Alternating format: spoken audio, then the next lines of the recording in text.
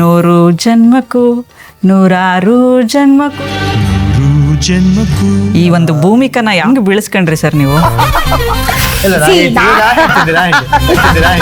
ನಾನ್ ಯಾವ್ದೋ ಒಂದು dance programme ಮಾಡ್ಬೇಕಾದ್ರೆ ಬಂದ್ ಹೇಳಿದ್ರು I love you, I love you, I love you.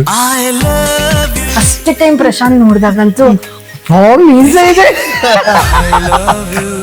ಇವ್ರು ನಿಮ್ ಮೀಸ ನೋಡ ಐ ಲವ್ ಯು ಅಂದ್ರೆ ಬಿದ್ದಿದ್ದೆ ಇದಕ್ಕೋಸ್ಕರ. I love you. ಅವಾಗ್ಲೂ ತುಂಬಾ ತರಲೆ ಆಗಿದ್ಲು ಅವಳು, ತುಂಬಾ ನಾಟಿ. ಫೋನ್ ನಂಬರ್ ಎಕ್ಸ್ಚೇಂಜ್ ಅದೆಲ್ಲ ಏನೂ ಇಲ್ಲ ನಮ್ಗೆ. ಆಲ್ಮೋಸ್ಟ್ 25 years ನಾವು ಮೀಟ್ ಮಾಡ್ಲೇ ಇಲ್ಲ. ಬಟ್ ಅವಾಗ್ಲೇ ನಾವೇನಾರು ಒಪ್ಕೊಂಡಿದ್ರೆ ಅವಾಗ್ಲೇ ನಾವು ಸೇರ್ಸಿದ್ವೋ. ಸೊ 25 ವರ್ಷ ಆದ್ಮೇಲೆ ಶಾಕ್ ಅಲ್ಲಿ ನೋಡ್ತೀರಾ,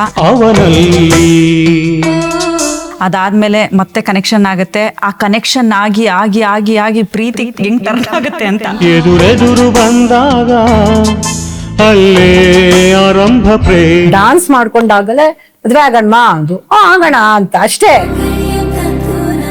ಮ್ಯಾಮ್ ನೀವು ಅವ್ರದ್ದು ರಂಗೋಲಿ ಸಿನಿಮಾ ನೋಡಿದೀರಾ? ನೋಡಿದೀನಿ.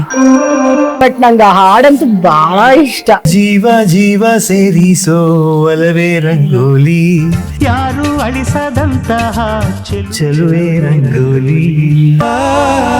ಸೂರ್ಯ, ಯಾರೋ ನೀನ್ ಪ್ರೀತಿಸಿದ ಹುಡುಗಿ ಎಲ್ಲಿದ್ದಾಳು ಅವಳು? ಯಾಕೋ ನೀನ್ ಅವಳನ್ನ ಮದ್ವೆ ಆಗ್ಲಿಲ್ಲ? 100 ಜನ್ಮಕ್ಕೂ 106 ಜನ್ಮಕ್ಕೂ ಒಲವಾದರೆ ಒಲವಾಧಾರೆ ನನ್ನ ಪ್ರಾಣನೇ ನಿನ್ನ ಜನ್ಮಕ್ಕೂ